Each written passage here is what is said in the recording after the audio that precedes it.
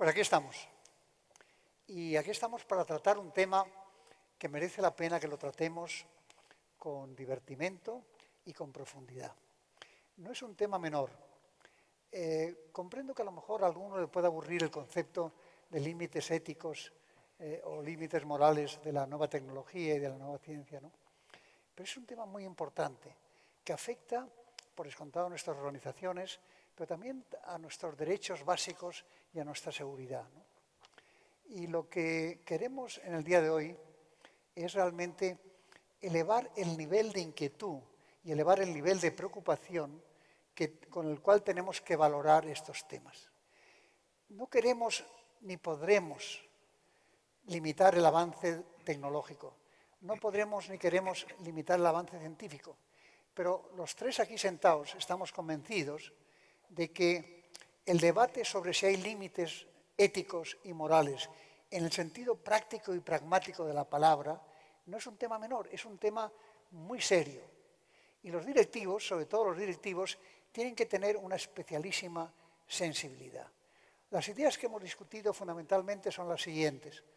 Primero, en alguna forma la comunidad tecnológica y la comunidad científica tiene que transmitir a la ciudadanía en general, y en este caso al mundo directivo, cuáles son de verdad las inquietudes y los riesgos que se están tomando en esta área.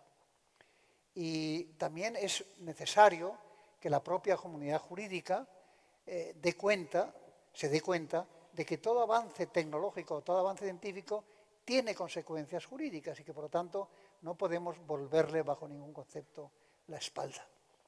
Cuando se utilizan términos como singularity, como ustedes saben, singularity se refiere a una fecha mágica en virtud de la cual la inteligencia artificial supera a la humana.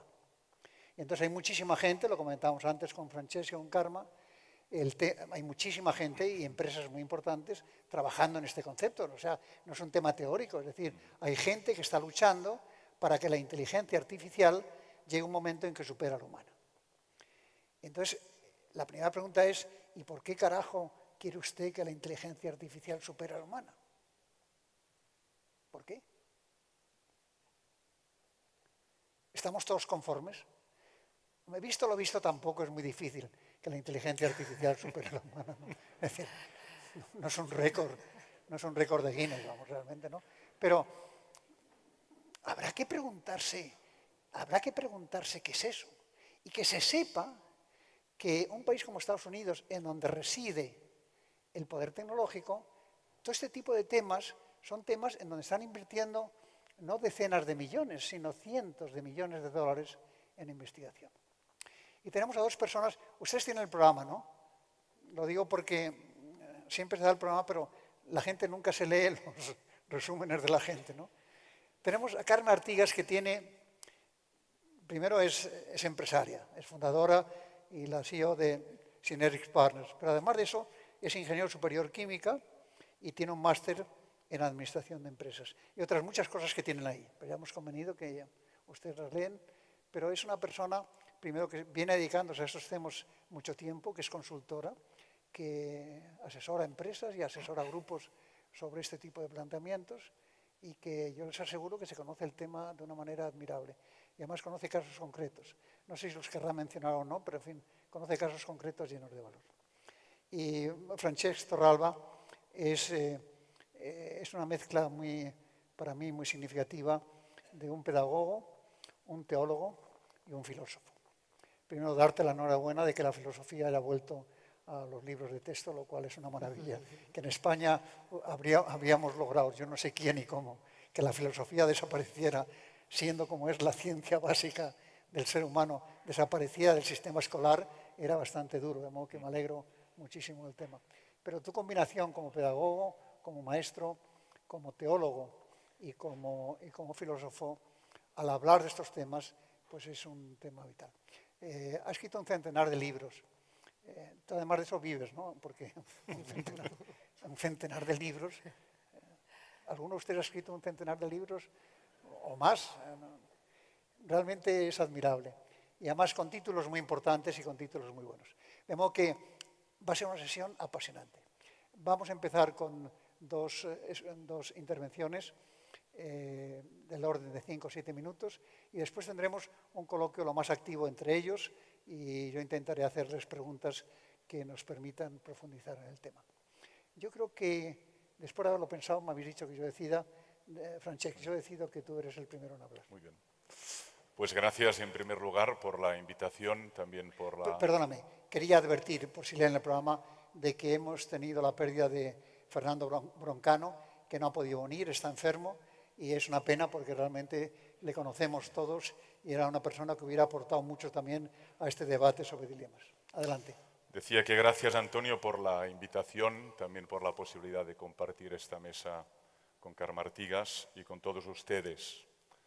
Hay una rama de la ética que está experimentando un crecimiento exponencial, que es lo que denominamos la tecnoética o la ética tecnológica, cuyo objeto de reflexión es analizar, detenerse, pensar cuáles son las consecuencias de esta enorme disrupción o hiperaceleración que experimenta el desarrollo tecnológico en el ámbito de las compañías, en el ámbito de la universidad, en el ámbito de la sociedad en general. Cuando hablamos de ética, generalmente hablamos de análisis de límites. ¿Cuáles son los límites de este desarrollo? Donde hay claro consenso es que tiene que haber límites. Sobre todo porque cuando uno imagina el argumento contrario, que no hubiere límites, se plantea un tipo de sociedad que es simplemente terrible, esperpéntico, ¿no?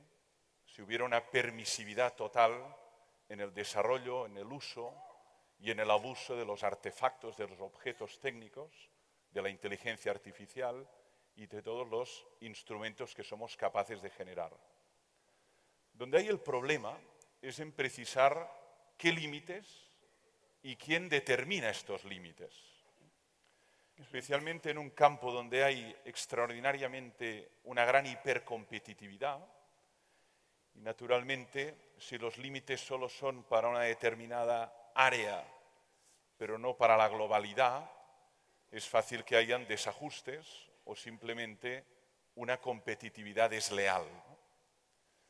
Entonces, a la hora de determinar quién pone los límites y qué límites, es donde realmente hay toda la gama de opciones, ¿no? Desde opciones más moderadas, opciones mucho más restrictivas, opciones que son extraordinariamente neoliberales, pero de eso se trata sobre todo. Especialmente en un campo, que es el campo de las biotecnologías. Yo creo que debemos cambiar la idea tradicional de técnica. Tradicionalmente la hemos pensado como un instrumento, como el martillo, como simplemente unos alicates, ¿no? Y ya no hablamos de la técnica como instrumento, sino como sistema en el que estamos ubicados, nos desarrollamos, nos comunicamos, interaccionamos, trabajamos, nos divertimos. Un ámbito donde vivimos, al fin y al cabo, como un nuevo útero social. De algún modo sería como lo que representa el pez y el agua, ¿no? El agua es su medio, y él no lo sabe, pero sin esa agua no puede vivir. Pues la tecnología ya no es un instrumento, es nuestro entorno habitual, ¿no? Y eso representa una enorme tecnodependencia. Nos hemos vuelto tecnodependientes al grado máximo y la tendencia parece indicar que lo seremos mucho más, incluso en algunos casos de tecnoadicción que generan formas de síndrome de abstinencia muy grave, especialmente con la tecnología móvil, ¿no? Entonces de lo que se trata de pensar es en este entorno cómo debemos interaccionar, qué límites ponemos y en base a qué criterios y en base a qué principios. Sin entrar todavía en ellos, me parece que esta es la situación. Y creo que eso no puede simplemente reducirse a un debate de expertos o un debate elitista donde no haya una participación pública o un uso público de la razón para poder dirimir qué tenemos que hacer con todo eso y cómo tenemos que vivir en ese entorno que hemos construido con nuestras manos y nuestro ingenio. Pues está muy bien dicho.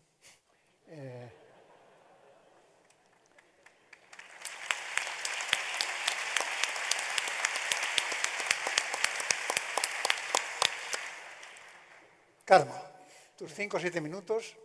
Bueno, yo estoy en desventaja porque ¿Por estar qué? al lado de Antonio Garrigue, que es experto en leyes, y de un catedrático de ética, pues bueno, yo voy aquí a contar la visión desde un prisma empresarial y tecnológico, ¿no? Y desde aquí agradecer a CEDE que abra este debate en un momento como el actual, donde nos tenemos que preocupar por qué este debate está tan vivo hoy.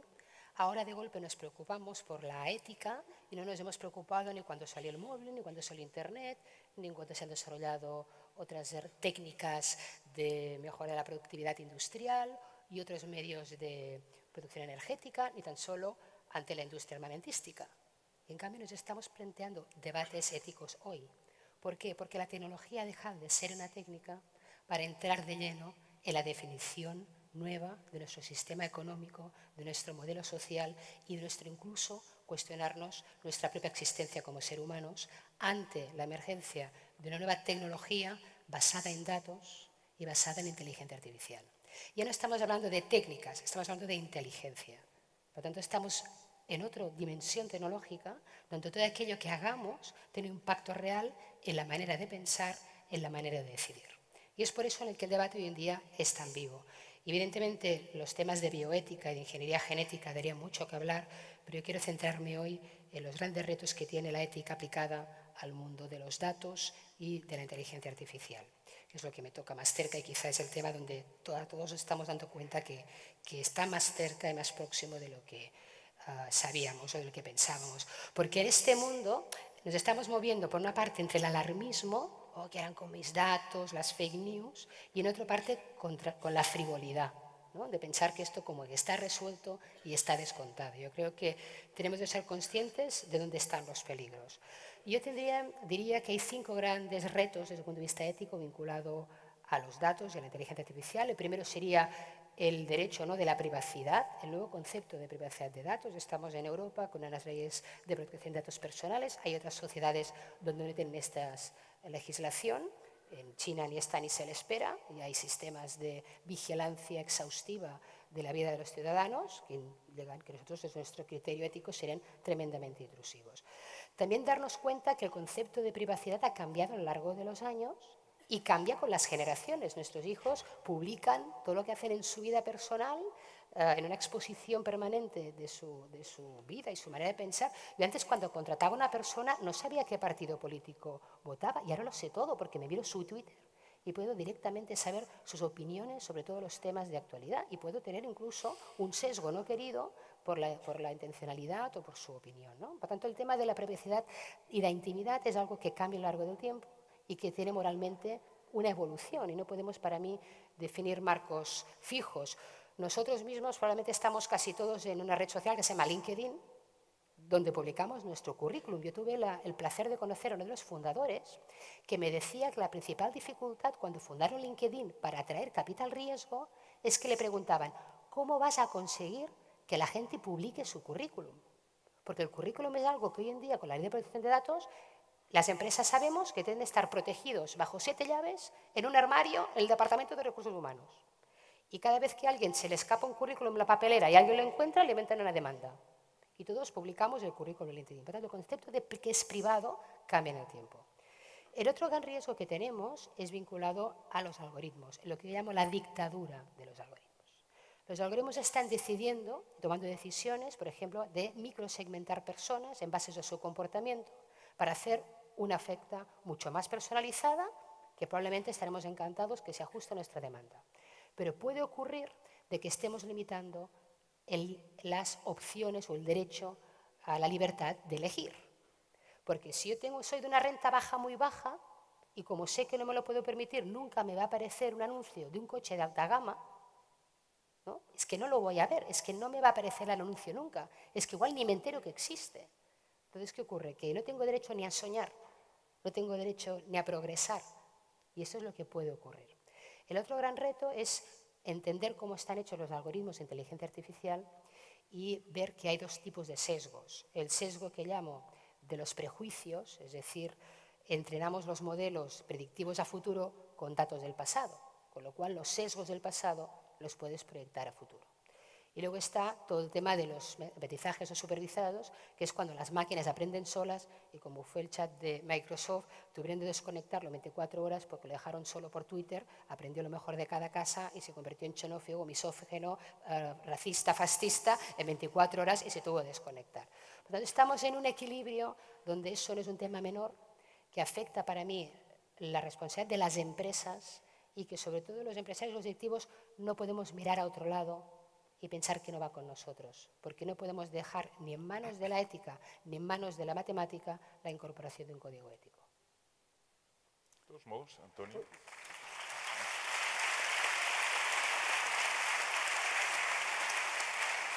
Adelante. Sí, quería subrayar un aspecto que has dicho que me parece muy relevante. Yo creo que en el contexto en el que estamos, lo que necesitamos es una tecnoética global. Me explico, ¿no? Tú te has referido a China y podemos compararlo con Europa, ¿no? En el ámbito de la aplicación de las biotecnologías hay grandes diferencias. Es posible que una chica que estudie en Harvard pueda vender sus óvulos y eso es imposible de practicar en Alemania, en Francia, en Italia o en Noruega, ¿no? O es posible subrogar el útero de una mujer en un área del mundo y en otra no, ¿no? Y es posible trasplantar un cerebro de una persona a otra en un laboratorio de China y no es posible en ningún laboratorio de Europa porque hay un marco jurídico extraordinariamente estricto que no permite este tipo de operaciones. Entonces, si no hay una ética global, ¿qué va a ocurrir? Lo que ocurre siempre, que el que quiera hacer ese tipo de desarrollos sabe que hay zonas donde vale todo, los americanos dicen anything goes en esta zona, y ahí simplemente puedo explorar, desarrollar, vulnerar derechos fundamentales de modo impune, pero luego si resulta que el producto es bueno, puedo venderlo globalmente en el Paseo de Gracia, en la Castellana o en el Les Champs-Élysées en París, ¿no? Lo que representa que si no hay una ética global, habrá áreas donde vale todo. Y si vale todo, el que quiera hacerlo ya sabe dónde tiene que ir para hacerlo. Lo que requiere necesariamente un acuerdo mucho más allá de las áreas regionales o los ámbitos nacionales, ¿no? Y eso es mucho más complejo, llegar a esa ética global de carácter transnacional. Y sin embargo es decisivo. Pero Francesc, hay que aceptar que no va a haber una ética global. Es decir, es como cuando hablamos en Europa, hace falta una gobernanza europea, pero no hay gobernanza europea. Mucho menos va a haber una gobernanza global en este tipo de temas. Los temas que tú has planteado son temas realmente serios. Es que, en efecto, hay países en donde todo está permitido, prácticamente todo está permitido, incluido, por ejemplo, los intentos de clonación del ser humano. Hay muchos expertos que ya dan por seguro que si el ser humano puede ser clonado, será clonado. Y que están convencidos de que ya puede haber investigaciones que se derivan, que se dirigen a la clonación del ser humano. Ahora, pedir que haya una ética global no la va a haber. Luego, por lo tanto, lo que yo creo es que hay que seguir un poco el camino que tú habías iniciado cuando has dicho. Tenemos dos temas. Primero, ¿qué límites puede haber? Y segundo, que también lo has dicho, ¿y quién puede imponer esos límites?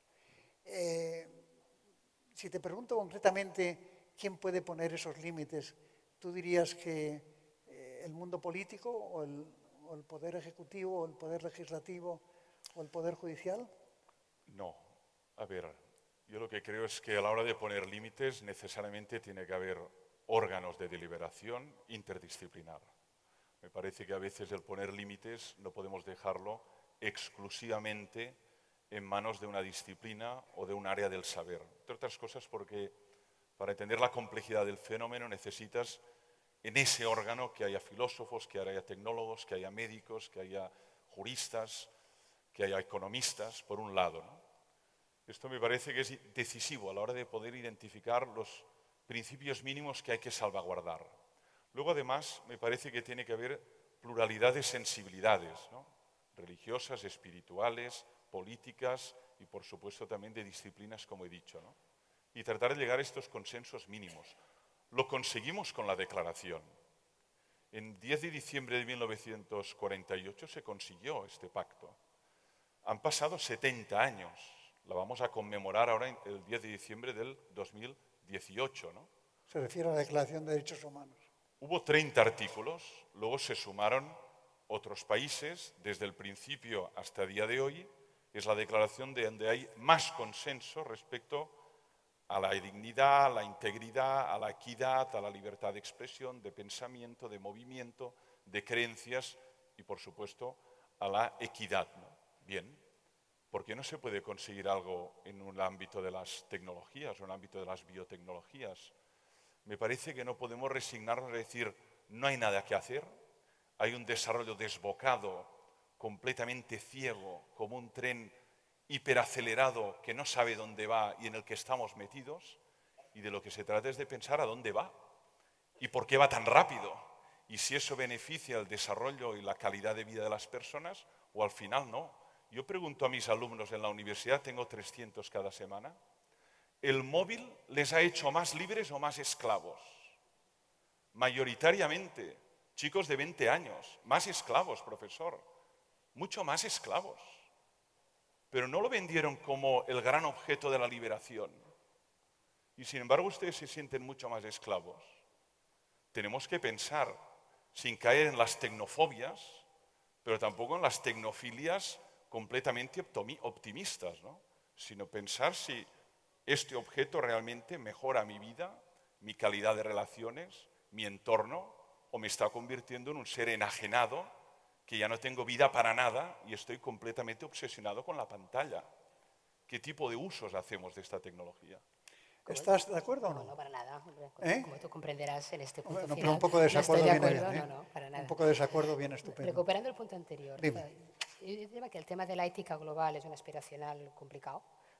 Hablabas de la Declaración de Derechos Humanos, que, bueno, que es como una base de mínimos y aún hay países que no la cumplen. Por lo tanto, bueno, como wishful thinking está bien. Y que no lo han firmado. Y no lo han firmado. Entonces, yo creo que está muy bien y sobre todo los temas que hablas tú, que son muy serios de bioética, allí va a haber unos límites muy claros. Pero no nos vayamos a una cosa tan impactante desde el punto de vista de riesgo existencial y vayamos a un territorio mucho más próximo que el que estaba empezando a hablar ahora, de incluso las dependencias tecnológicas, de la movilidad o los datos, y déjame volver al mundo de los algoritmos. Ahí no estamos hablando de un riesgo existencial del ser humano, ¿no? de mutación genética y tal. Estamos hablando de otro tipo de riesgos, que es riesgos a las libertades, a los derechos de elegir, al free speech, ¿no? Libertad de opinión. Todo el mundo puede insultar a quien dé la gana en Twitter en alas a la libertad de expresión o no. ¿En qué momento algo que está en un debate virtual se convierte en una amenaza en el mundo real? Yo estoy vinculada a la Universidad de Columbia y hay un equipo especial de trabajo que analiza el texto para detectar, anticiparse a los delitos de odio. E incluso está trabajando con cómo se relacionan las bandas delincuentes de Chicago, qué lenguaje utilizan en Twitter para saber cuándo eso está a punto de trasladarse en una amenaza real. Por tanto, la libertad de expresión libre en un mundo online, porque es anónimo y me quedo detrás de ese insulto, de esa amenaza, pues debemos empezar también a verlo desde otro prisma. Yo no estoy para nada en este mundo distópico que pintas tú, Francesc. Yo creo que la tecnología siempre, a la larga, se traduce en progreso económico y en progreso social y en mejora de la calidad de las personas. La gente no es tan tonta para utilizar algo que no les es útil y no les sirve.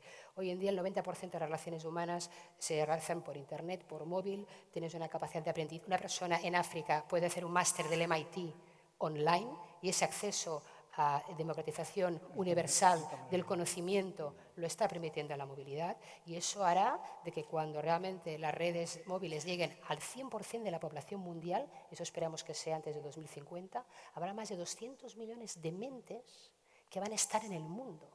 Mentes que alguien lo ve para consumir, pero yo también las veo para crear.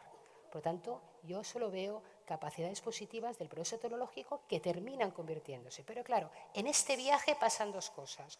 Una, que nosotros somos la generación de transición y en esa generación de transición los beneficios y los costes no se reparten equitativamente.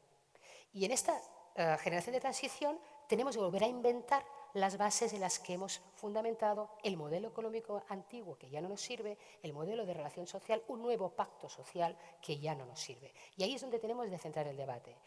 Yo estoy de acuerdo en que hay unos marcos generales jurídicos, pero estoy más de acuerdo que en este proceso de transición nos apliquemos la autocensura.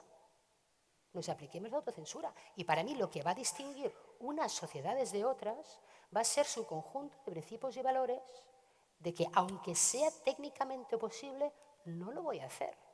Y que las empresas debemos empezar a tener comités éticos de inteligencia artificial para saber cómo narices estamos desarrollando nuestros algoritmos, no comprar una caja negra que va a decidir si te puede aprobar o no un crédito, o qué película tienes que ver, o qué riesgo le defino a tu seguro, y no tener ni idea cómo se ha construido eso. Porque eso sí que puede generar decisiones injustas, discriminación y procesos sesgados. No, yo estoy de acuerdo que lo ideal es la autolimitación. De hecho, hay filósofos que han escrito sobre la ética de la autolimitación, Jacques Ellul, por ejemplo, o Hans Jonas, ¿no? Nos tenemos que autolimitar, es decir, no hacer todo lo que podríamos tecnológicamente hacer, sino tratar de autolimitarse.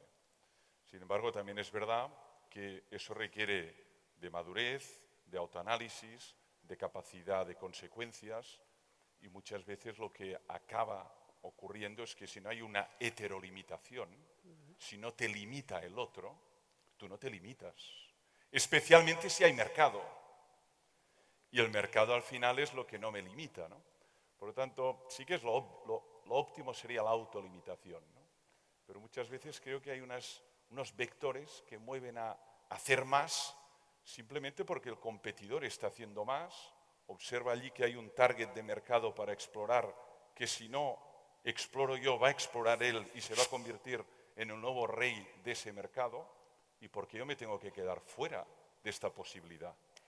Pero fíjate, Francesc, que lo que está ocurriendo ahora, que es muy cierto lo que está pasando, es que aún pudiendo tener esta actitud, digamos, de agresividad máxima de una compañía a nivel competitivo, el cliente, el consumo diario, el ciudadano, ya no está dispuesto a permitir que tú lo hagas. El caso de la GDPR en Europa, nosotros lo estamos regulando por obligación. Los americanos lo están haciendo por reputación, porque ya nadie va a permitir que eso ocurra. El escándalo de Cambridge Analytics es un escándalo que pone en el punto de mira hasta dónde llega nuestra responsabilidad última. Y el consumidor no está dispuesto a que tú hagas lo que te dé la gana con sus datos, aunque sea posible hacerlo y aunque no tengas ninguna ley que te limite.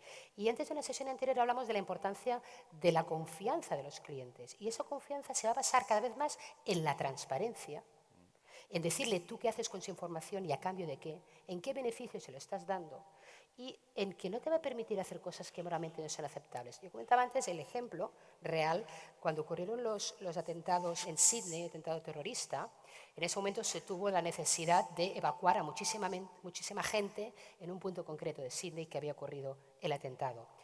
Uber, no digo el nombre porque salió pública la noticia, decidió pues, enviar muchos taxis allí en esa zona para evacuarlo. ¿Qué hizo Uber? Trucar el algoritmo. Uber funciona en el algoritmo de oferta y demanda para que el viaje fuera mucho más caro, de manera que era más atractiva para los conductores, y entonces conseguía que de golpe hubieran 100 taxis allí. Pero claro, los usuarios tuvieron que pagar 4 veces más el precio de un viaje normal. Aunque es correcto, es moralmente inaceptable. Y salió por todas partes cómo se había atrevido Uber a cobrar 4 veces un viaje para evacuar a las víctimas del atentado. Por lo tanto, hay cosas que, siendo correctas, no son moralmente aceptables. Y el mercado y los ciudadanos lo van a penalizar. Tú pensabas en la idea de una gobernanza global y tú pensabas en la idea de la autolimitación, autocensura. Y son dos ideas que son válidas, incluso, digamos, se podrían componer. Pero tienen algo de imposible, al menos de momento. Al menos de momento. Estamos viendo fenómenos como, por ejemplo, un tema que es la longevidad. Sabemos que el ser humano cada vez va a ser más longevo, hemos duplicado la edad en un siglo y ya todo el mundo afirma categóricamente que los niños que nazcan hoy, en el día de hoy, vivirán de promedio entre 100 y 105 años. Y eso seguirá. Mientras tanto, la natalidad está bajando porque la mujer no está por la tarea. Bueno, no es que no lo digo en sentido crítico, sino que...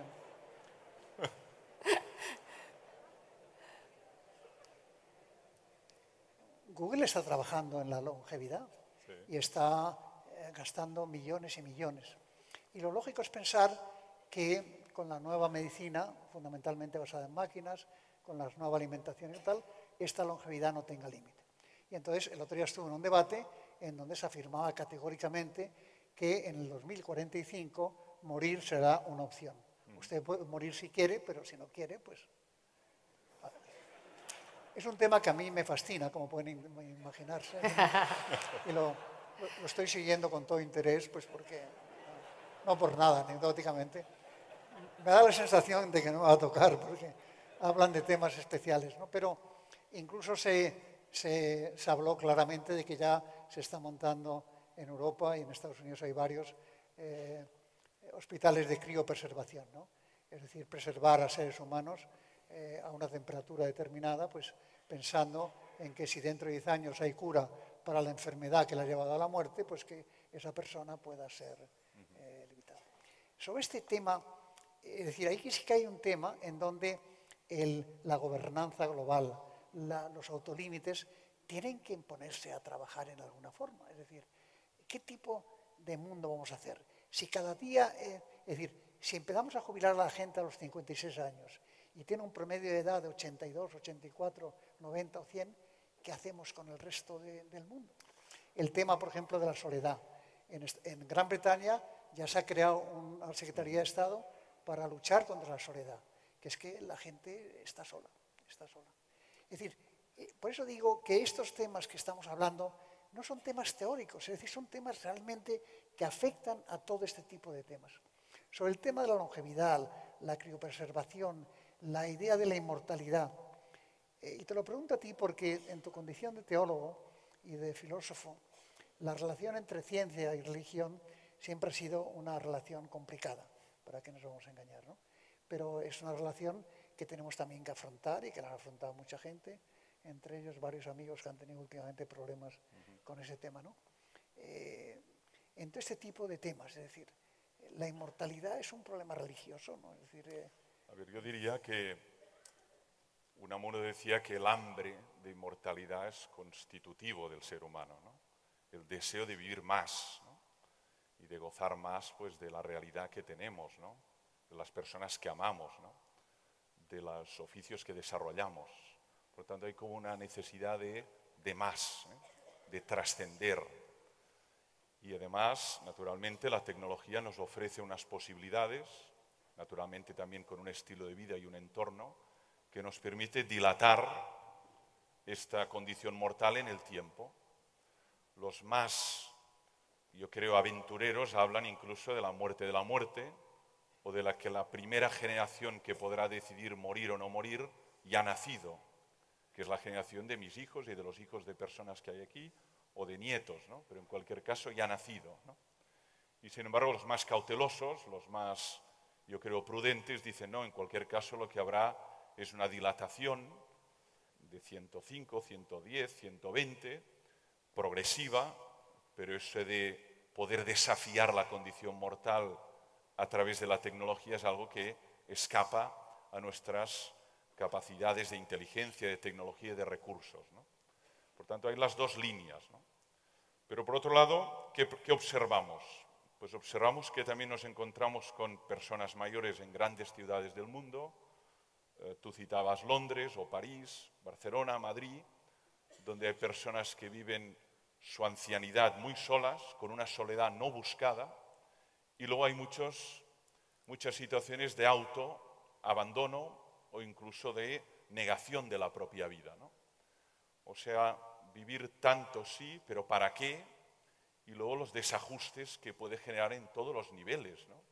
sobre todo Todos los niveles sociales, económicos. El tema de pensiones, el tema de cálculos sectoriales. Es que imprescindible. Karma. El problema no es tanto en que podamos, bueno, para tu tranquilidad, Antonio, la fecha clave es el 2045. O sea, si tú llegas vivo al 2045, puedes vivir el resto de tu vida. O sea, esto es la clave. Es el año 2045, quien esté vivo probablemente va a vivir el resto de su vida, no tanto porque se descubran las curas de las enfermedades, sino porque a través de una técnica que, por cierto, descubrió un científico español, que es el CRISPR, tú puedes cortar y pegar piezas de ADN deteriorado. Entonces, tú vas allí, vas a ir a la ITV, vas a hacer un chequeo anual, vas a hacer una ITV.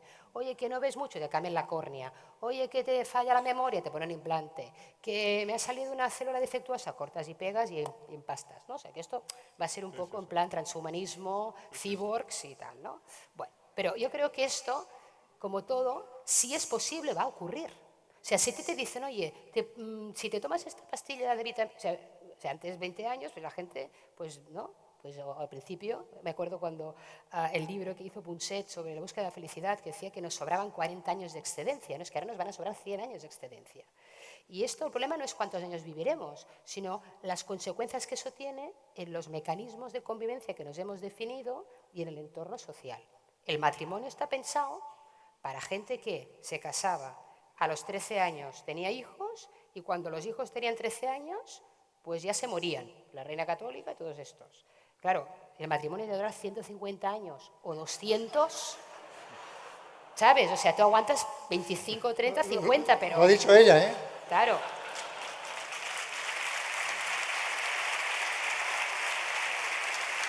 Espero que mi marido no me esté escuchando, ¿no? Tenemos un problema. Estamos hablando de la inmortalidad biológica y nos faltan 47 segundos. Es una contradicción en términos porque...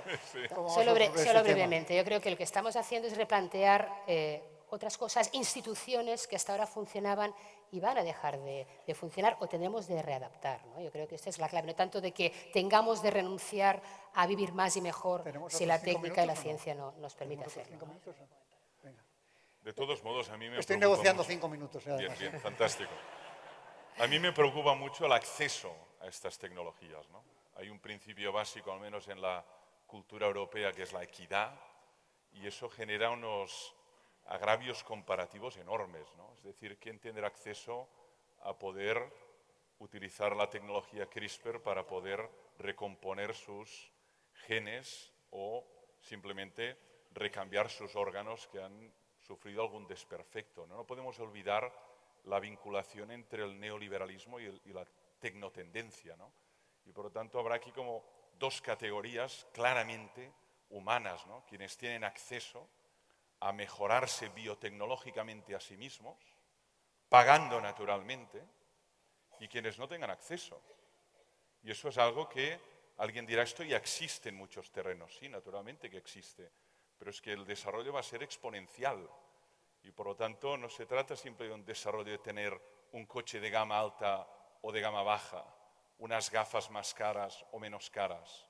Se tratará de poder introducir un tipo de intervenciones en mi estructura cerebral que requiere un gasto enorme y que el otro no podrá, y que me hará mucho más competitivo en el terreno de la imaginación o de la memoria o del cálculo o de la resistencia física que el otro no tendrá. Entonces, ¿cómo competir con alguien que le han modificado la memoria y que por lo tanto tiene una capacidad de aprender leyes y se presenta a unas oposiciones de notario como yo o de juez? Es una competitividad infinitamente desigual e injusta. Por lo tanto, el acceso equitativo me preocupa mucho. Discrepa de él. No, yo creo que esto ya existe. Yo creo que ya existe. Sí, pero se va a aumentar, ya existe, claro, pero se va a aumentar exponencialmente. Claro. Yo creo que la manera de resolver los desequilibrios sociales de esto va a ser la obsolescencia programada. O sea, igual como las bombillas podrían durar toda la vida y nos programan para que se terminen, yo creo que al final la única manera de mantener el equilibrio demográfico va a ser la obsolescencia programada si realmente vamos a vivir esa inmortalidad. La organización es muy rígida y me han dicho que una expresión muy laxa, que es tienen ustedes que ir acabando. Que ir acabando se puede interpretar de muchas maneras, pero yo para ir acabando quería decir dos cosas. Primero, que en las conversaciones que hemos tenido los tres aquí presentes ya habíamos llegado a la conclusión de que no íbamos a llegar a conclusiones. Y espero que ustedes tampoco. Y no pasa nada por no llegar a conclusiones. Aquí tenemos temas pendientes, como os ha quedado claro. El de la ciencia y religión tú no has querido ni tocarlo, lo cual me parece muy bien, pero es un tema que habrá que estudiar adecuadamente. Y Karma lo que ha demostrado es que conoce este tema en el sentido práctico y pragmático aplicado a las realidades concretas y al mundo empresarial en concreto, ¿no? Y lo que yo quería transmitir finalmente es mi agradecimiento muy especial a dos personas que realmente están muy capacitadas para hablar de un tema que no tiene nada de teórico, es un tema real. Lo que estamos viviendo son temas reales. Es decir, en estos momentos se están produciendo fenómenos en la sociedad en los cuales no tenemos soluciones. Y se está produciendo en el mundo occidental una especie de actitud muy extraña, en virtud del cual, cuando no hay solución, pues se sigue y ya veremos cómo se arregla este tema, ¿no? El tema de la longevidad, sabemos que la gente cada vez vive más tiempo y que las mujeres pues tienen un índice de natalidad muy baja en los países ricos y en cambio muy alta. Hay países en donde el índice de natalidad son 17 hijos. 17 Pero porque se mueren. ¿El qué? Porque se mueren. Eso es. Claro. 17 hijos. En España estamos en el índice de natalidad más bajo de toda Europa, más o menos como en Japón y en Italia. Si cada vez se vive más y no hay, pues los cálculos no salen. Hay mucha gente que piensa que la solución es la inmigración, pero tiene algo de cínico. Bueno, en definitiva, que lamentamos haberles confundido más de lo que estaban. Se llevan la buena noticia de que están muchos de ustedes cerca de la inmortalidad biológica, de modo que podrán discutir este tema una cantidad de tiempo. Muy bien. Ha ido muy bien. Muchas gracias.